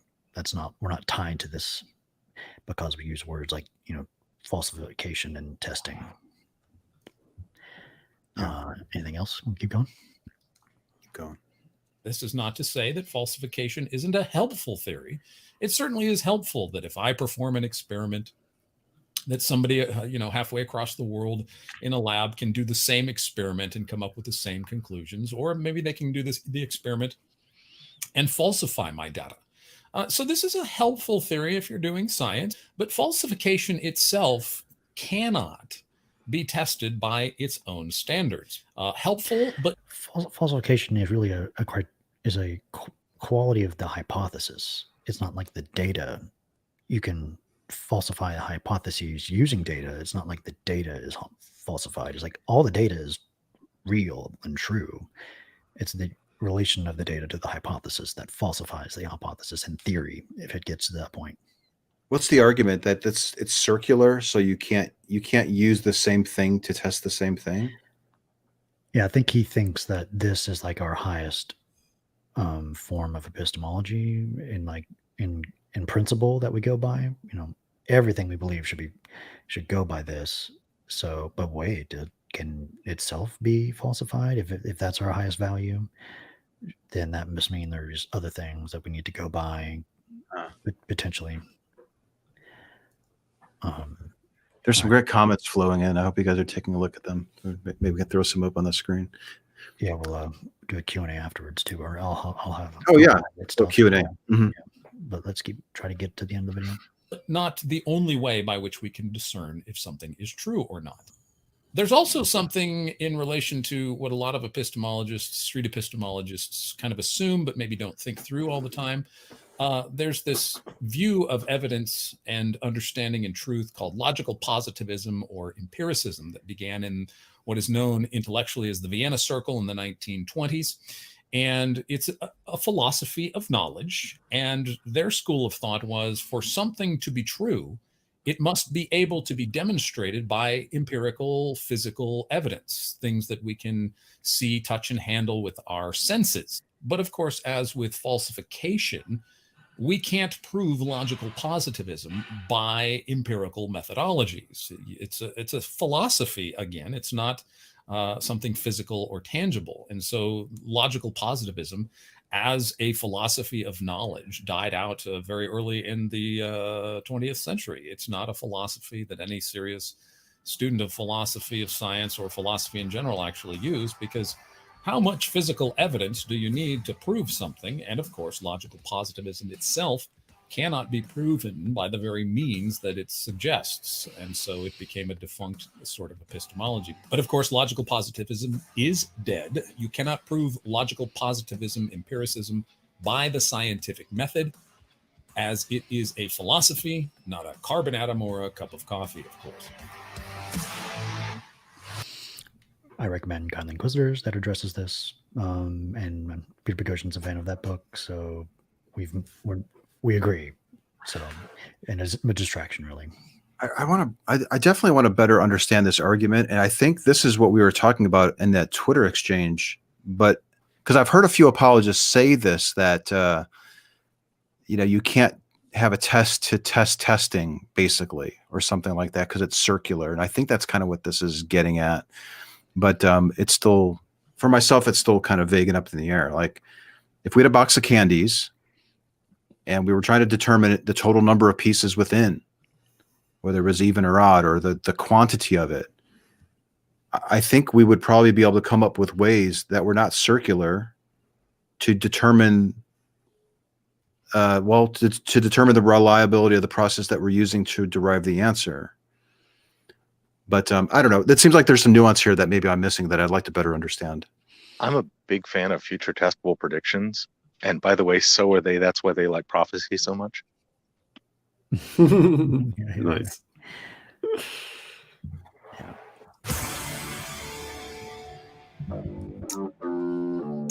Oh, Yeah. I got one more thing. He was also mentioning something about like you can't use logical empiricism to determine whether something's true or not. What we're trying to do in SE is not assess the truth of the claim that you're making per se, but whether your confidence in the truth of the claim is justified. So we may not be able to run a test to show that something is factually true. And it can actually be factually true, but we just don't have the ability to test it. I think I get that. What we're exploring in these conversations is your 100% certainty that you actually have the truth. It's your confidence, your certainty that we're exploring, not whether the claim itself is factually true. Yeah, the relationship there. Yeah. Street epistemologists will often ask you guided and scripted questions. They will often tell you to answer with binary options, yes or no, true or false, real or imaginary, tangible or intangible, odd and even, existent, non-existent. They will give Odd, even, I guess that relates to the tic-tac truth test.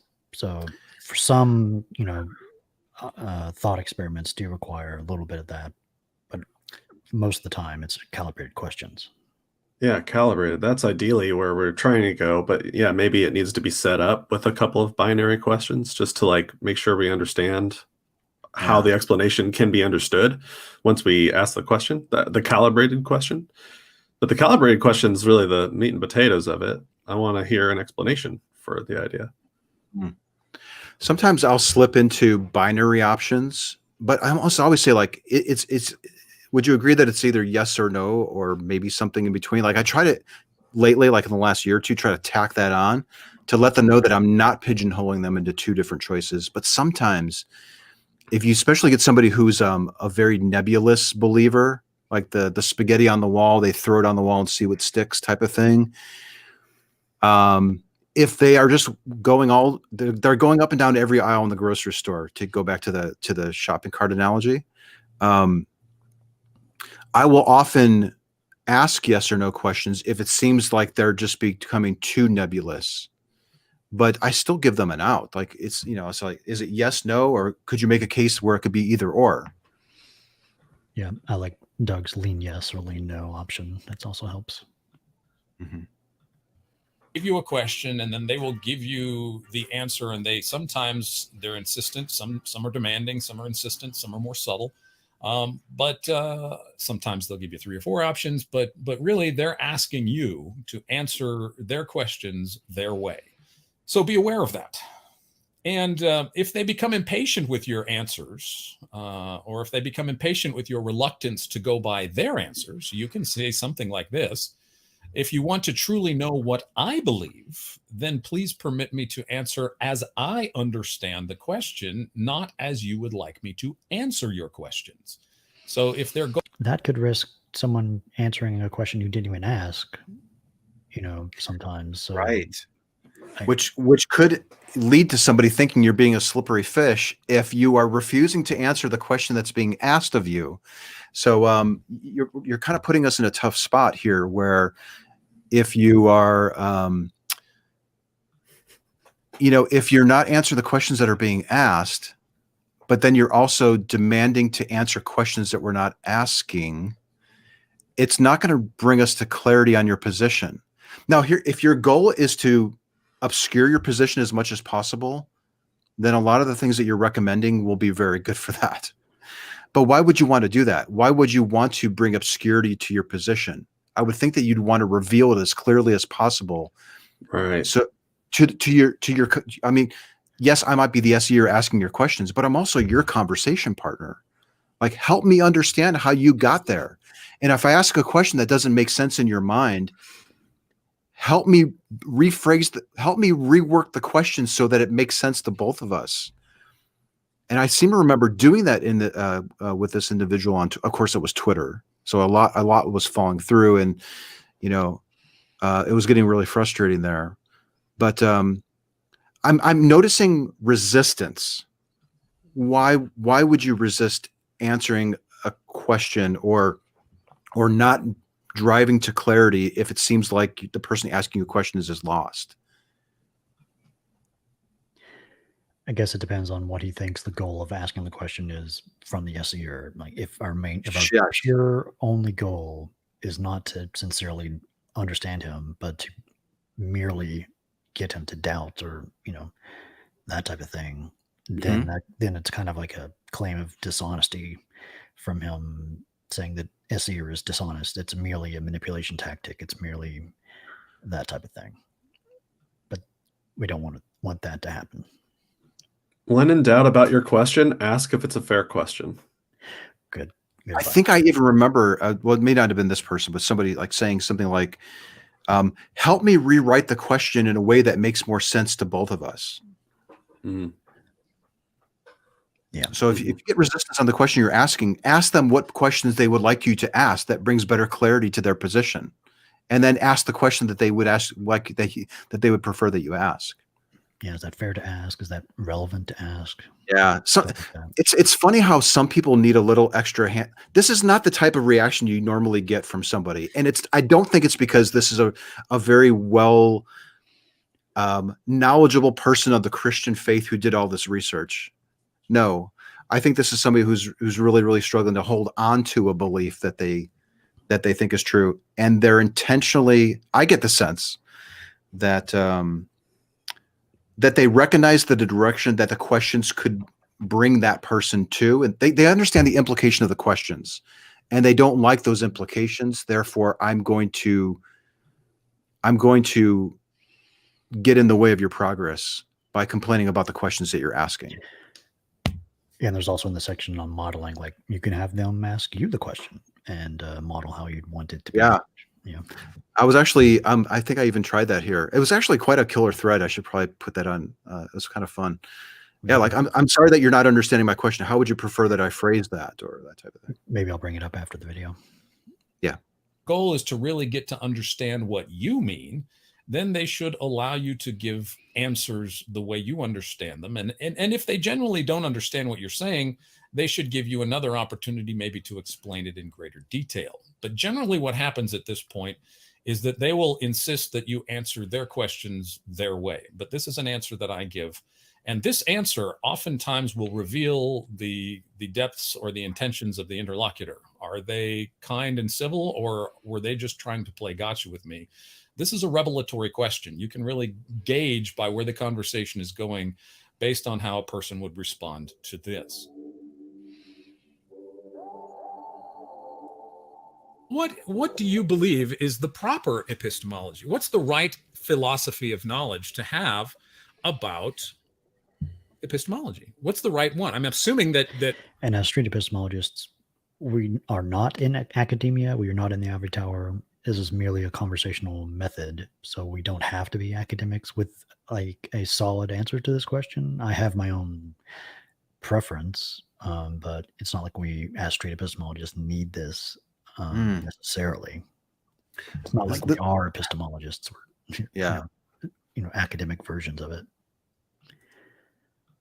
My pat answer usually is something like, if you know somebody who understands epistemology really well, they're an academic, then let me watch a video of them engaging with somebody on how they arrived at their deeply held belief. And I'd love to understand how they can do it better than what we're doing. Blow me away with your expertise and your academic accolades. I'd really like to see what would be different. Would it be a much more better and profound conversation, or would it be? My guess is it would result in an interlocutor who was thinking that they were being lectured at. That would be my guess, but I would love to see that video. Yeah.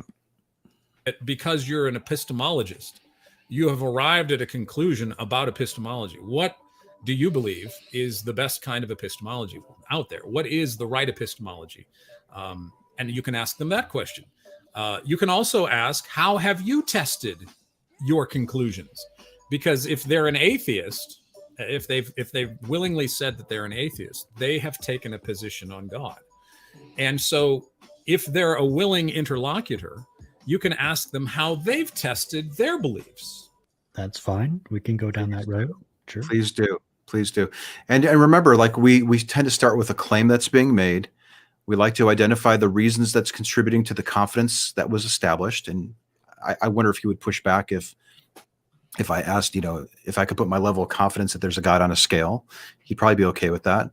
Yeah, we want to ask us any questions that you want. We would love to model also. Like, that's an opportunity if you're an SEer and somebody asks you, well, how do you figure out what's true? I get asked that quite a bit.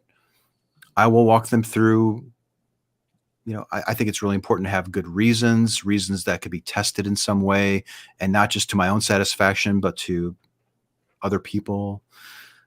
This isn't a gotcha question or anything. This is an opportunity to show that you also care that your beliefs are true, and you want to have your confidence apportioned to the evidence that's available. Yep. About God's non-existence. What tests have they performed? You can also say something like this. Okay, to better answer you, perhaps you can clarify and or define what you mean by truth, reality, belief, knowledge, test, epistemology, existence, or God. You can ask them to define those words, because those words will come up, and you can ask them, especially if they've used the words. Can we pause that? Yeah. Does that seem like it's contradicting the previous advice about looking up on Google? I think it gets into like making sure we're in agreement on the certain definition, the certain usage. But like, we don't want to have disparate usages in play in the same claim. We want to get on the same page. I think it gets into that. Yeah. I mean, this is good advice. Ask your conversation partner what they mean by these words. I can't push back on that. Yeah. What they mean by those words, so that you can give them a better answer and you can understand where they're coming from. Now, the response I get when I ask that question goes something like this. The street epistemologist will likely say, well, we'll just use your definitions, to which you can say, well, I thought initially you believed in objective truth. That's a little bit of straw man. For your claims, we want to use your usages of the definitions. But when you're asking us about our beliefs, that's totally fine to ask us to define our words. That's fine. But it's not, this is a kind of a straw man. Like, we're not using our definitions for your claim or your definitions for our claim. Just define up front, and for each claim, whatever. That's fine. I think this person even said this to me, like, well, I'll just use your definition of what it means for this word. But we were exploring his claim. So this kind of goes back. This was some of the resistance that I think I was encountering, where he wanted to use my definition of certain words to explore his claim that used those words. Do you understand the problem there? Now, it could lead to a good discussion. Like, he may say, oh yeah, that's spot on. That I use the exact same definition. Or, yeah, I think I tweak it a little bit. I don't quite mean it this way. I use it this way. But it wasn't that. It seemingly, now it was on Twitter, but it was seemingly resistant to frustrate, not propel the conversation forward. That's the sense that I got. This is advice.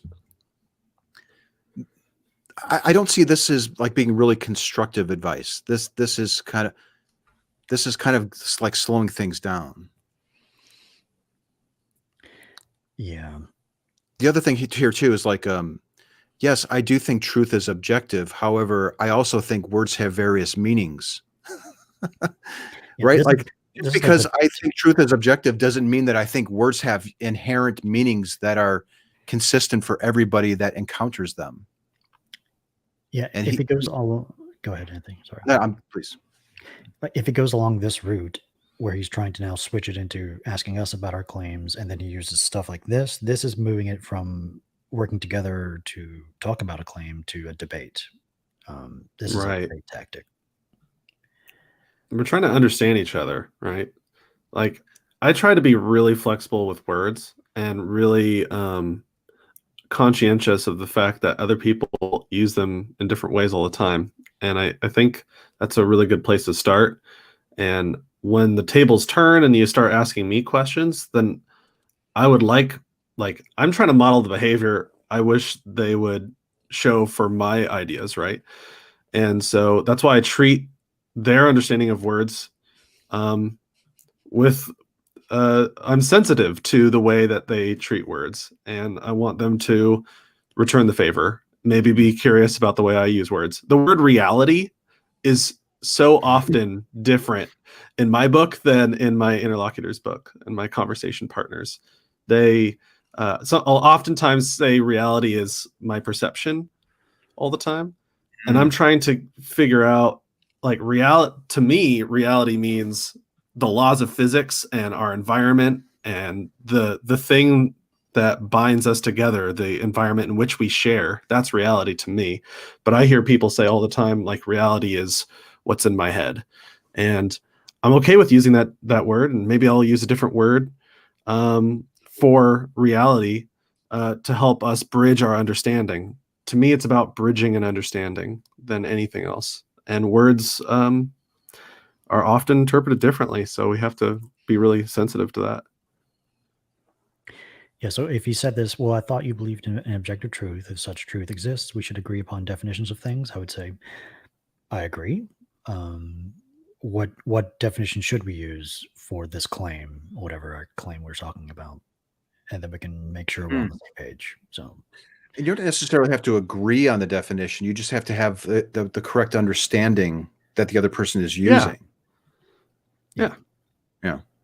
Do you? I mean, if such truth exists, we should then agree upon definitions of things. I can't just use my definition and you just can't use your definition.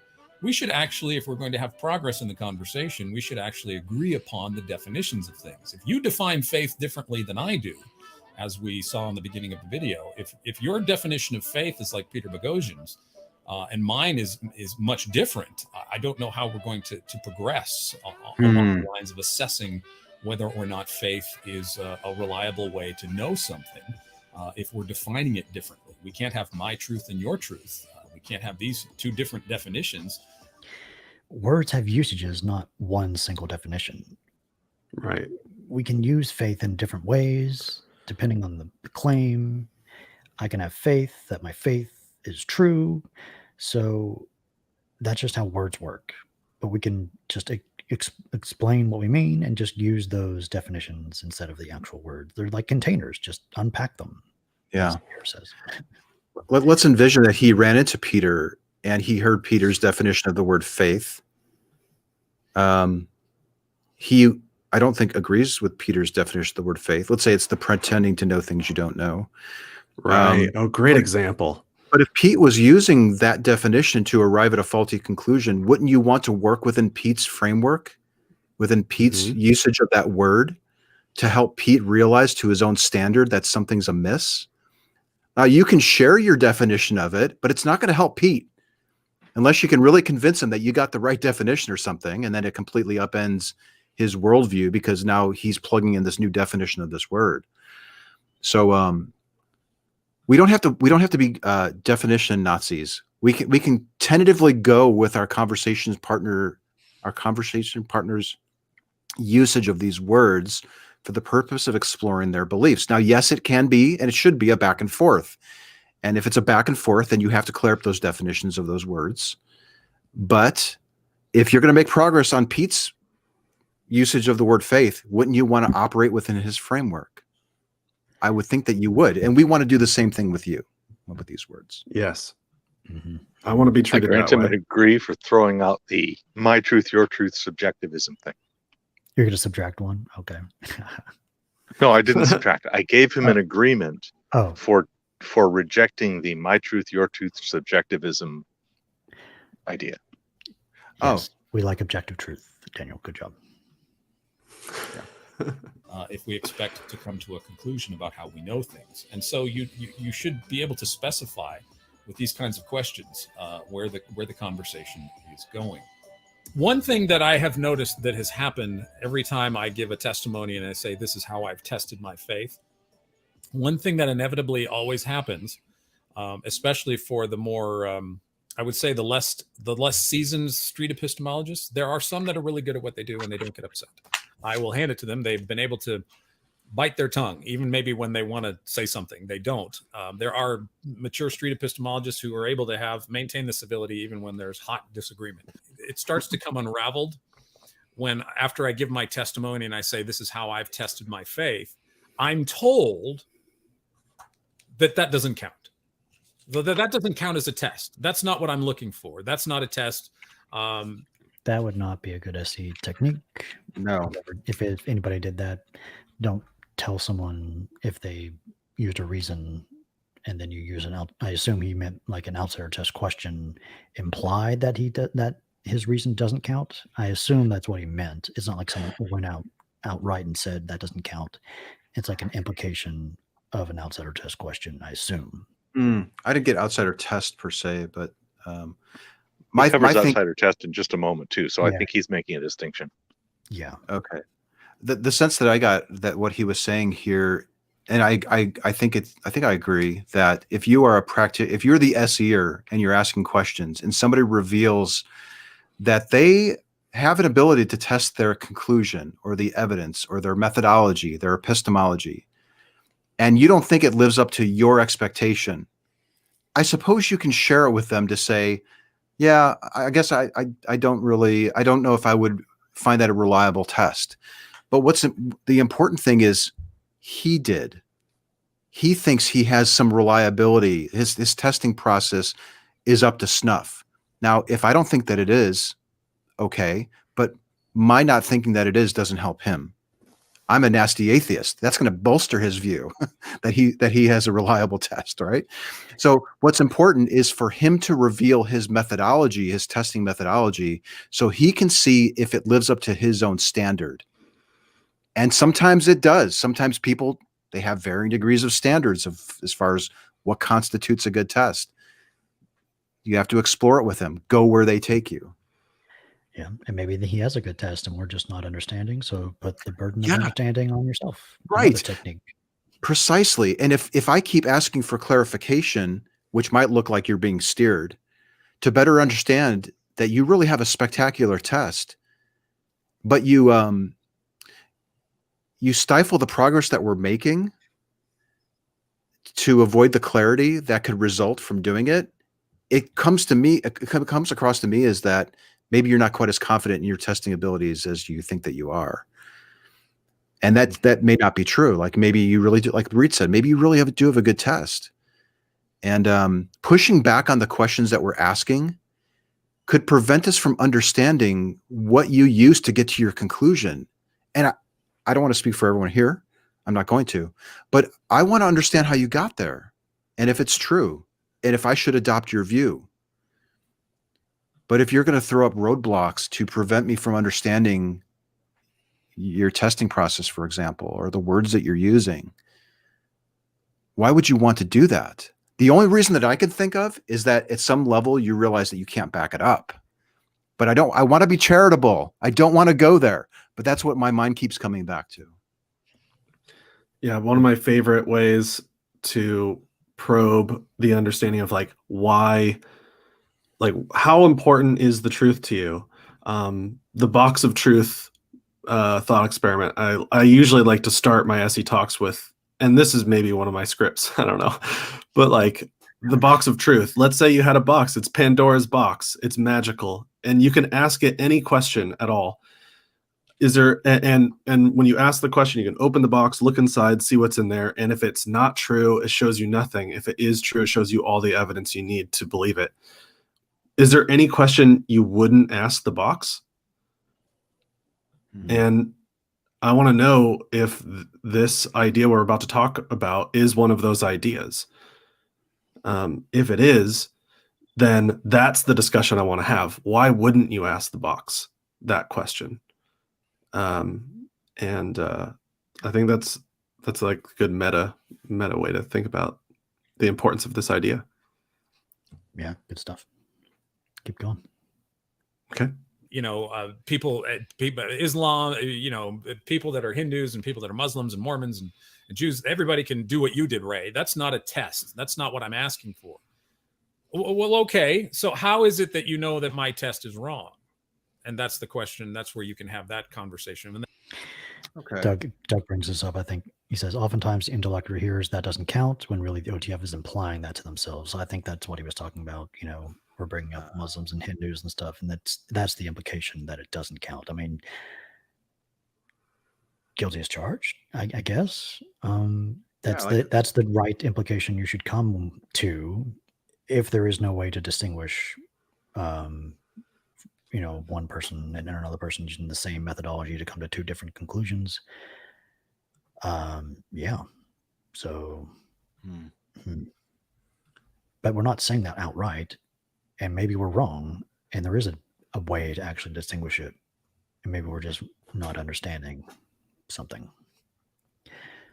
Let's see what else he says. Yeah, isn't there? There's this fine line between the recognition, or like Dali had mentioned, cognitive dissonance, like that feeling of cognitive dissonance. The brain could be scanning for all sorts of excuses to explain that. And the easiest thing, I think, what's the easiest thing? Well, they're trying to trap me. They're trying to trick me. They're trying to drive me to a conclusion that I don't hold. No, that's really not what I'm trying to do. Maybe the cognitive dissonance is the realization that your reasons aren't as good as you thought that they were. And the methodology that you're using to confirm your reasons isn't as reliable as you think that it is. Could that be a possibility? What's more likely? And they're going to say, well, how do you know that what you believe? Oh, well, I just told you why I think that Jesus is the Christ. I went through scripture and cosmology, and I might go through these moral and, you know, arguments and read scripture and talk about the universe and give them all the testimonies and the things I've studied. Well, none of that counts.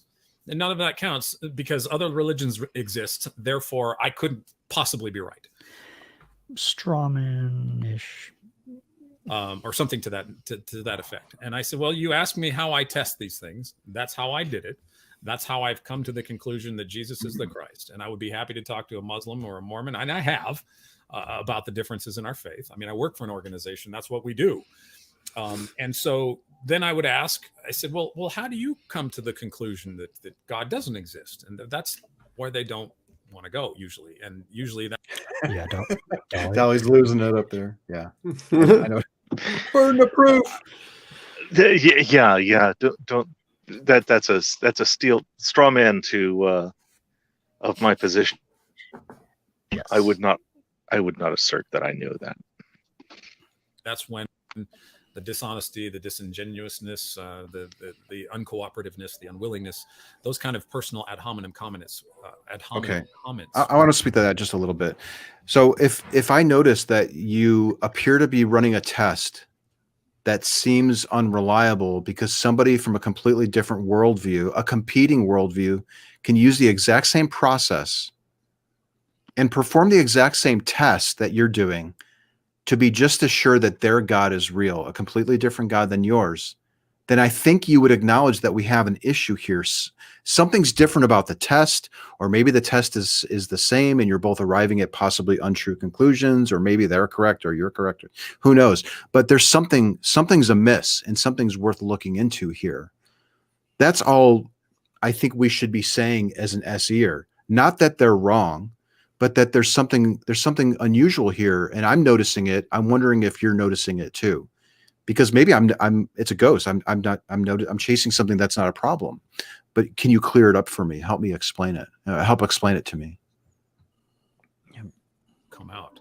And so take advantage of the civility. Be nice. To be honest, it's not always easy engaging street epistemologists. I've had very difficult conversations myself. But here's what I've learned. It's good to be kind. It's good to be civil. I mean, that's biblical, right? I mean, I strive for civility. I know atheists in person. I run the Atheist and Christian Book Club with my boss at work. I've engaged atheists and lots of people from other faiths. And so, as the Bible says, you know, civility and kindness and compassion go a long way. But that doesn't mean that the engagement and the conversations are going to be easy. You know, maybe you make a new friend. Maybe not. Maybe you make a new enemy. Either way, we try to extend civility, kindness, and compassion, and don't be drugged down into the ad hominem back and forth.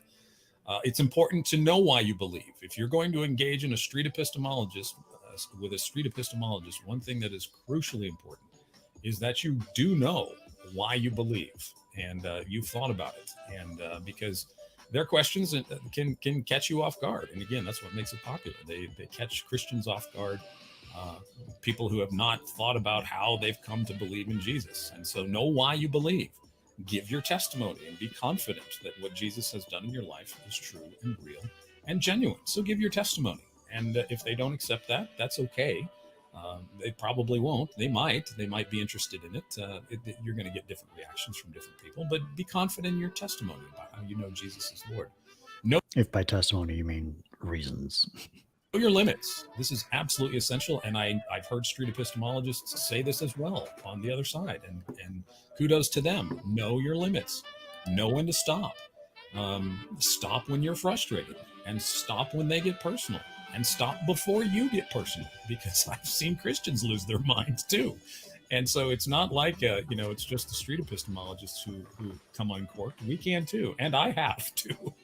So, know your limits, know when to stop, know when you're frustrated, and stop, especially when they get personal, or stop before you get personal. And so, just give a defense and be reasonable, rational, civil, and kind. Good stuff. Okay. Is there anything that you guys would add to that? Everything looked pretty good there on that last slide, except maybe the last one. Like, I think it's okay to get personal. Most people do get personal with me when they're sharing their views. These are very personal views that they're tied to their identity, and there's a lot of emotional baggage. And of course, there's like this whole psychological component to it. I think if you trust the person that you're speaking with, they built rapport. I think it's okay to share a little bit of yourself, but there wasn't anything that really stood out to me as problematic on that slide. I noticed many of the comments here are like, well, I agree with that slide. Yeah. Mm-hmm. One thing I would add would be, if I'm engaging with a street epistemologist on something that I think is true, I want to be prepared to know what it would take to slide my confidence. And I don't think I saw that on that slide. Maybe it was on there. Though that would be some good advice to give to somebody who's thinking about challenging themselves by talking to a street epistemologist would be examine the things that would move you. What would change your mind? And does it matter to you that you have good standards by which you can be changed? And that's where I like to focus preparing.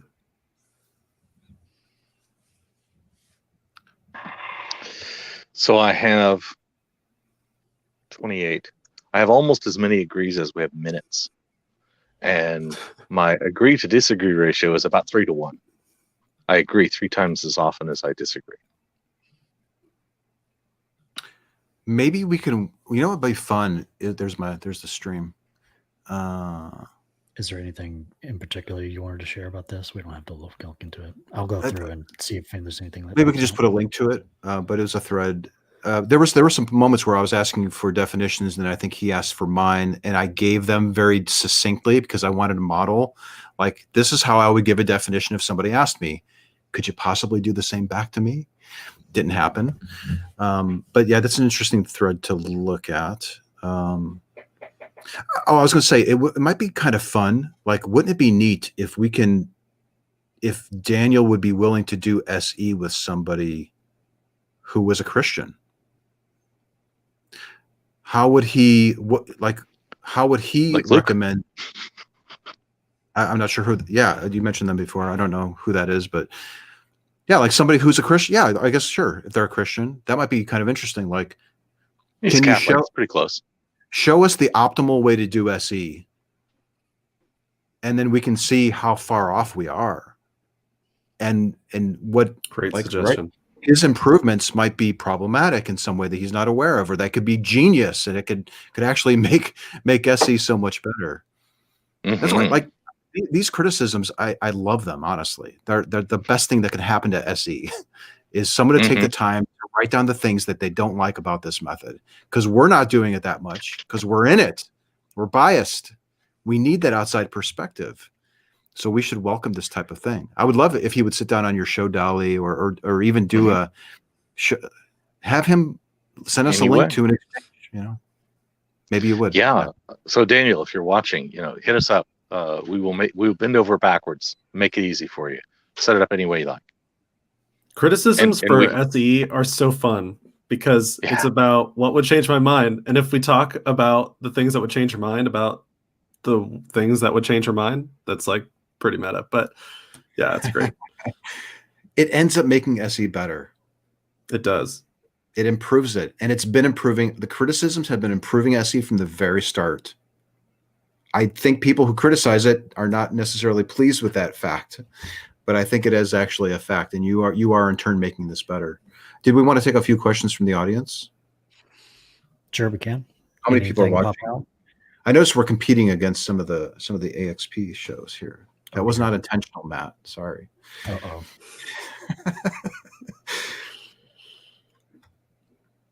Any questions? Anything to bring up here? I was reading the Twitter thread. Oh, yeah. We can go through the Twitter thread if you want. I mean, I thought I'm kind of we're kind of pushing the time here anyway.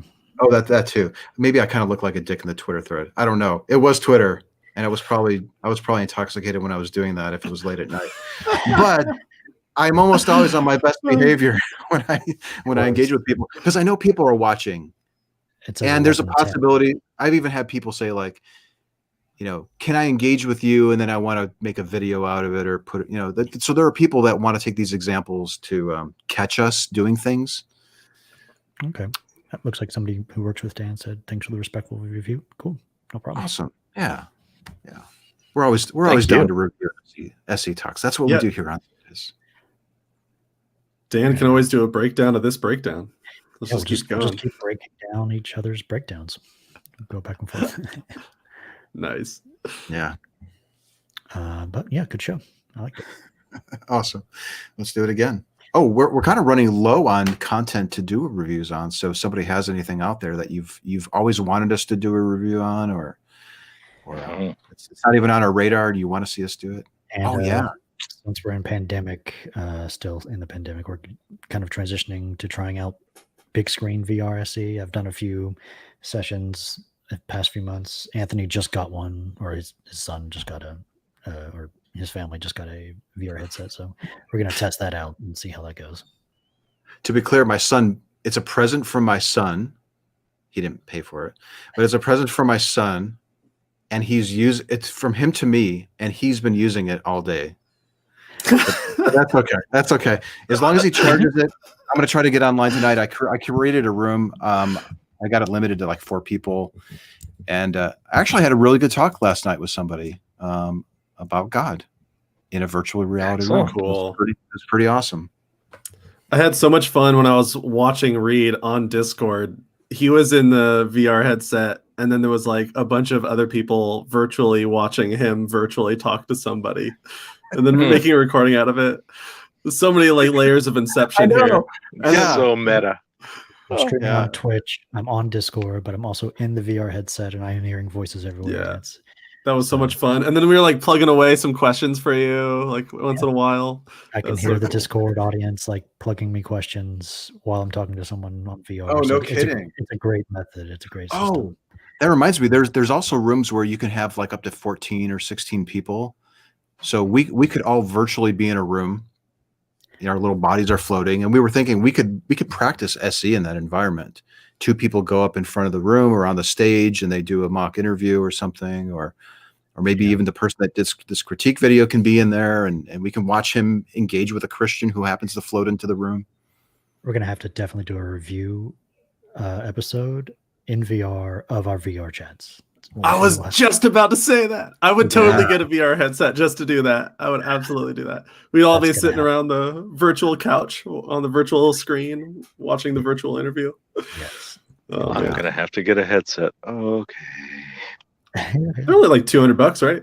$200-$300, something like that. Yeah, about 300 or so. Yeah. Pretty affordable.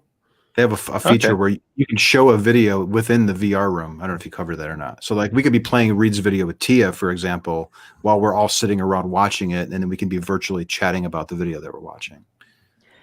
Pretty deep. Well, lots of different things we can try. Yeah. We've hit 2 hours. Yes. So we can do outros. Go ahead and give us some outros, Dali. Thank you. I'm Juggling Lessons. I like to teach and talk about street epistemology a lot in the Street Epistemology Discord, and I have a YouTube channel called Juggling Lessons. Reid? Yeah, and I'm Reid from Cordial Curiosity. I've recorded a bunch of VR chats. I'll have them up soon, hopefully, at least 1 or 2 on my channel. So stay tuned. I'm Nathan from Abstract Activist, and I have a YouTube channel. I also am on Twitter, abstract_SE. You can follow me there. And join the Discord. Discord's awesome. There's an SE Discord. You should check it out. Yeah, I second that. The SE Discord is amazing. It's a gathering place for people from around the world who want to learn street epistemology, practice it, criticize it, share their favorite video. I pop in there every once in a while, and there's almost always groups of people gathered. They may be playing a video game or something, right? It's not always SE, but there's community there, and that's a good thing to see. It's neat to see. And we're also coordinating specific projects that we're working on. We're developing a course, and that wouldn't probably be able to happen quite as easily if we didn't have that Discord server. So it's a really great place to try. Yep. Cool. All right. Thanks, everybody. Thanks. Yeah, Bye-bye. this is our last one for 2020. Yay, Yep, that's 2021. fine. Here it comes. Till next year. Hopefully, it's a better year. That's of almost Yeah, no no relevance. Thank to you. 2021. There we go. All right. We'll see you next year Good night. for the last time I'll use that joke this year.